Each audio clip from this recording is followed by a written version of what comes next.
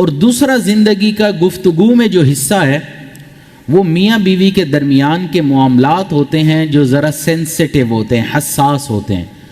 ان معاملات میں اللہ رب العزت نے عورت کو حیا عطا فرمائی ہوتی ہے۔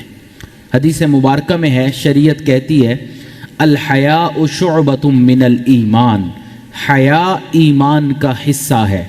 یہ ایک اچھی صفت ہے اور یہ صفت عورت کے حسن میں اضافہ بھی کر دیتی ہے۔ تو عورت کی طبیعت ایسی ہوتی ہے کہ وہ حیا کی وجہ سے اپنی بات کو صاف الفاظ میں نہیں کہہ پاتی، طبیعت کے اندر جھجک ہوتی ہے، بلکہ ایک تیسری بات کہ کئی مرتبہ وہ ان معاملات میں ناز اور نخرے کا سہارا بھی لیتی ہے۔ عورت یہ سوچتی ہے کہ خاوند کی ذمہ داری ہے کہ وہ پیار سے دیکھے، وہ پیار کرے، ہمیں زبان سے کہنا نہ پڑے۔ اگر پیار کے لیے زبان سے کہہ دیا تو پھر وہ کیسا پیار ہوا؟ تو عورت اس لیے ان معاملات میں ناز نخرہ کرتی ہے، طبیعت کے اندر حیا بھی ہوتی ہے، ناز بھی ہوتا ہے، نخرہ بھی ہوتا ہے، لہٰذا وہ اشارتاً تو خاوند کو پیغام دیتی ہے، واضح الفاظ میں پیغام نہیں دیتی۔ اور مرد یہ غلطی کرتا ہے کہ وہ عورت کے جو اشارے ہوتے ہیں وہ ان کو ترجمہ نہیں کر پاتا، ان کو ٹرانسلیٹ نہیں کر پاتا، سمجھنے کی کوشش نہیں کرتا، اور بیوی یہ چاہتی ہے کہ یہ میرے اشاروں کو سمجھے۔ بیوی ظاہری بات ہے اشاروں سے ہی گفتگو کرتی ہے۔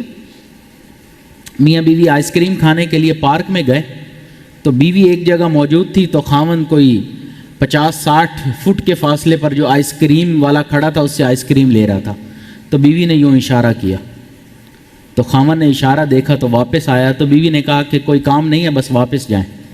تو خاوند نے کہا پھر مجھے اشارہ کر کے بلایا کیوں؟ تو کہنے لگی بس میں دیکھ رہی تھی کہ اتنے فاصلے پر بھی میری انگلی کام کرتی ہے یا نہیں کرتی۔ تو بیوی کے اشارے تو دور سے بھی سمجھ آ جاتے ہیں جو سمجھنے والے ہوتے ہیں۔ اب بات چل پڑی ہے تو ایک اور عرض کر دوں کہ بیوی ایک خاتون تھی، وہ رکشے میں جا رہی تھی تو رکشے کا تھوڑا سا کہیں ٹکر ہو گیا تو اس کی یہ انگلی کٹ گئی اس عورت کی۔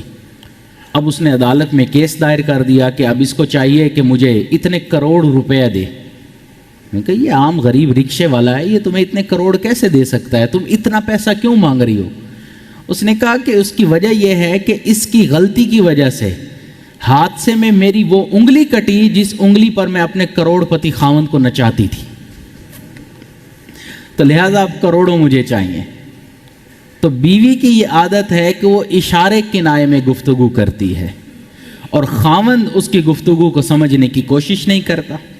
مثال کے طور پر آپ دیکھیں کہ اگر بیوی خوشی کا اظہار کر رہی ہے، کھانے کی اچھی ڈشیں بنا رہی ہے، بہترین خوبصورت کپڑے پہن رہی ہے، خاوند کا مسکرا کر استقبال کر رہی ہے، تو یہ ساری علامات بتا رہی ہیں کہ وہ خاوند سے خصوصی وقت چاہتی ہے، اور مرد ان تمام چیزوں کو اگنور کر دیتا ہے اور یہ چیز پھر بیوی کی دل آزاری کا سبب بنتا ہے۔ تو مرد کی عادت ہے کہ وہ ہمیشہ دو الفاظ میں بات کو سمیٹ دیتا ہے، اور عورت کی عادت ہے کہ وہ باتیں لمبی لمبی کرتی ہے، اور حدیث مبارکہ سے بھی یہ بات ثابت ہے۔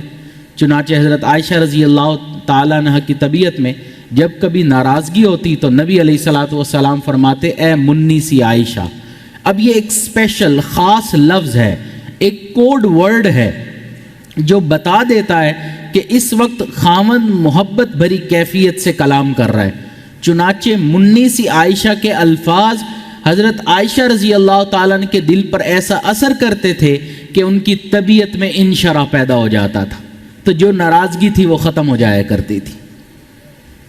چنانچہ ایک اور حدیث مبارکہ سے بھی یہ بات ثابت ہے کہ عورتوں کی گفتگو ہمیشہ الفاظ کے جامع میں چھپی ہوئی ہوتی ہے، اس کا ترجمہ کرنا پڑتا ہے۔